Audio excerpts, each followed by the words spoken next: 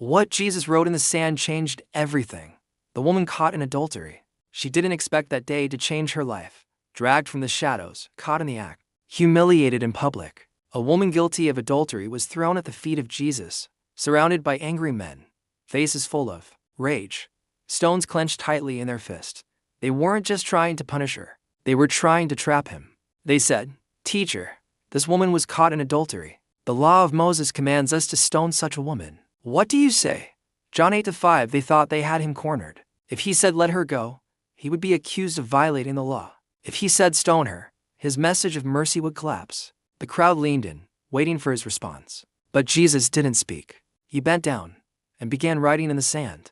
No one knows exactly what he wrote. Scripture doesn't tell us. Some believe he wrote the sins of the accusers. Others think he wrote the names of the men who had also sinned with her. Whatever he wrote, it stopped them in their tracks. As the tension rose, Jesus finally stood and said, "Let the one who is without sin cast the first stone." John 8-7. And with those words, the air changed. One by one, the stones dropped. From the oldest to the youngest, they walked away, until only Jesus and the woman remained. He looked at her and asked, "Woman, where are your accusers? Has no one condemned you?"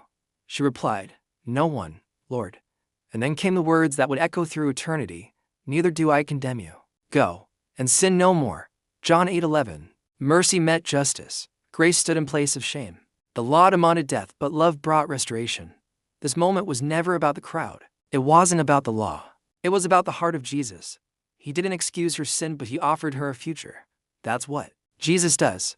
He doesn't ignore the truth, but he responds with grace. He stoops to our level. He writes in the dirt of our failure. And instead of casting stones, he offers forgiveness. That woman came expecting death, but she walked away redeemed. Her story reminds us, no matter how far we've fallen, Jesus still stands in the middle of our mess with mercy. You may carry shame. You may feel judged. You may think your mistakes define you. But Jesus sees you through eyes of love. He doesn't write you off, he writes a new story. The same hands that wrote in the sand are writing grace over your life today. You are not your past. You are not your failure. You are not what others accuse you of being. You are loved, forgiven, restored. If this message touched your heart, don't scroll away. Tap like, comment Grace rewrote my story. And make sure you subscribe for more life-giving Bible stories that reveal the heart of Jesus Christ. You may have been thrown down, but Jesus is ready to lift you up.